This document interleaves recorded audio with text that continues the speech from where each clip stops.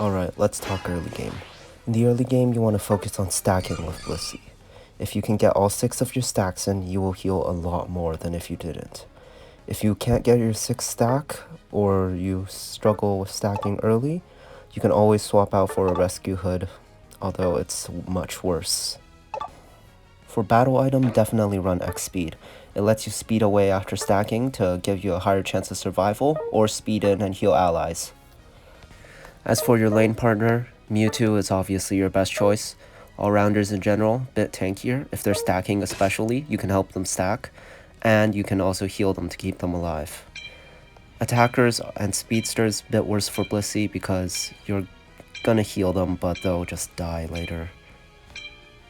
However, your healing may be enough to let them attack with their moves one more time and secure their survival. Alright, since I'm laning with Lucario this game and we're both stacking, we split the farm evenly. Use your pound and your boosted basic to secure. If your ally looks like they're gonna take all the farm, wait and use your boosted and pound to secure. This also applies when you're stealing farm from the enemy. Pound, egg bomb, or your boosted basic, they're all very good at securing if you time it right.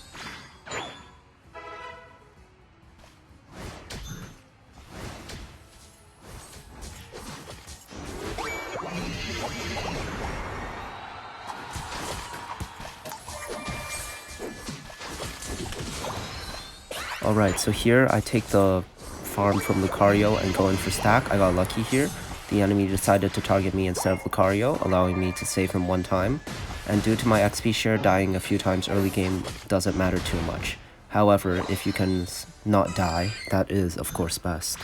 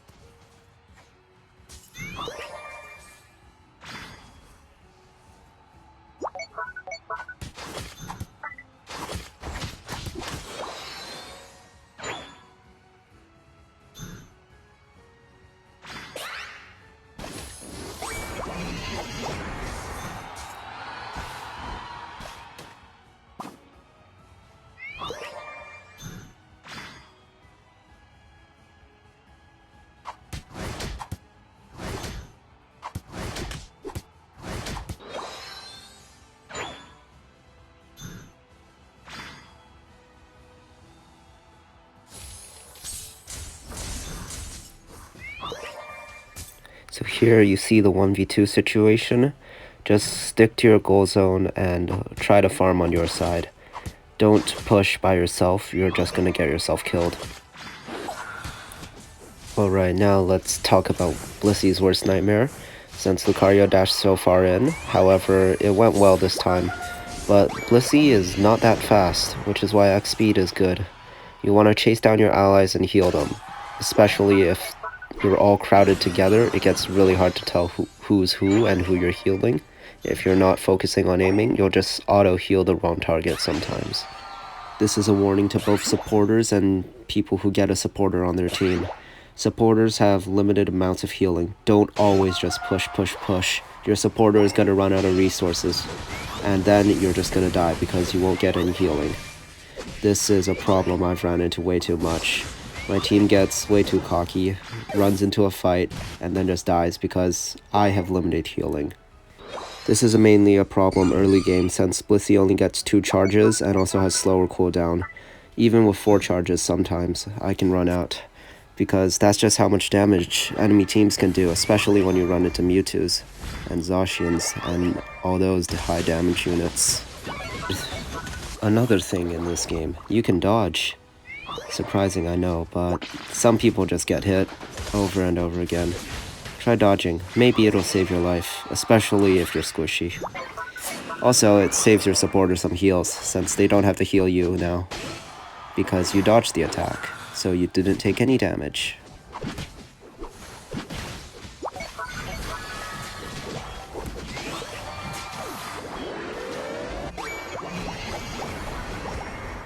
Alright, here I was playing on autopilot. I made a massive mistake. That score was way too small. We had way better choices right there.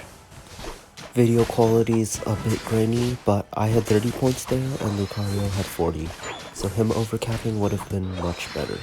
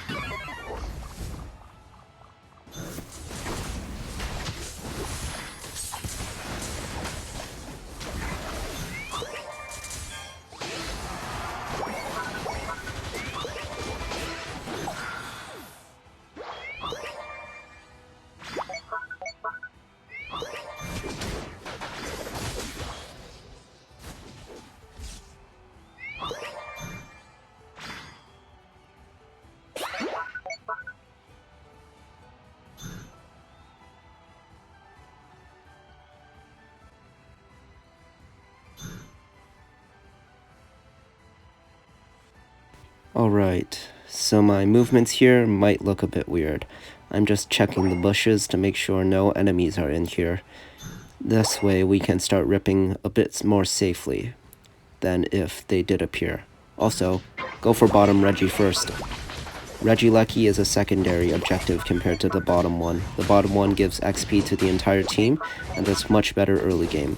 For the final objective, just like before when it was Rotom and Dreadnought, Regieleki is better, but that's only for the last one before Ray.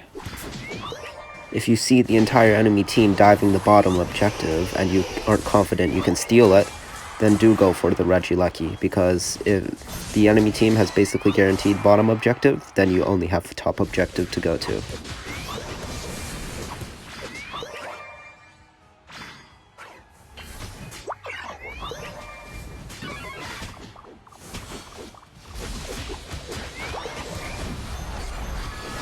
Right there was an excellent play by Lucario, but it also goes to show why healers are so important.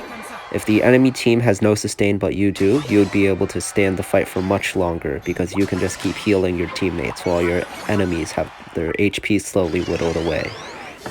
Also, so much CC these days. Definitely full heal is really good right now, even if it's so weak. I still don't like Safeguard Helping Hand on Blissey though, because it just doesn't seem as good as healing to me. It's probably pretty good on certain team setups, but I just don't find it appealing.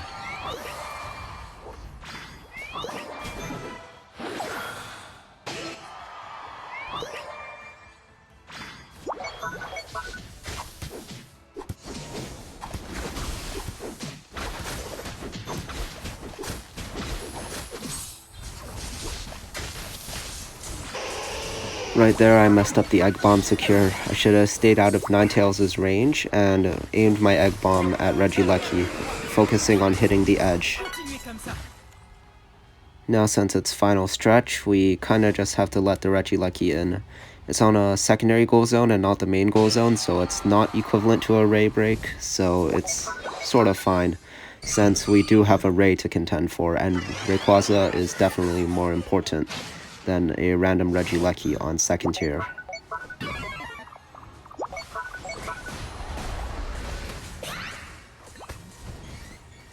Gonna warn people right now, this is very inconsistent. I got really lucky here.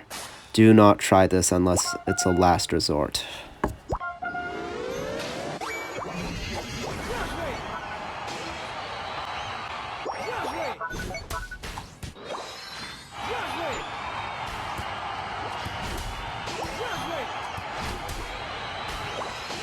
Seeing as the enemy team is dying off here, I go in for just one extra score.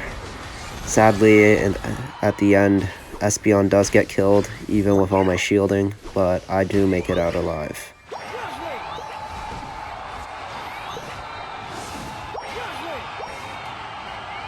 Really lucky that my team pulled Zorora's attention, although you could call it unlucky too, since we didn't get any extra scoring in. But we're already winning. Defending our goal zone is our main priority now.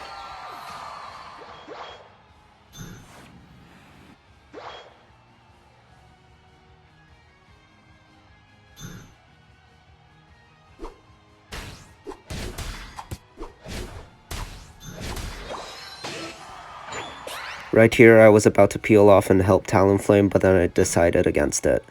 Our goal zone is a bit more important, especially since it's 4 on 2 right now. 5, 4, 3, 2, 1.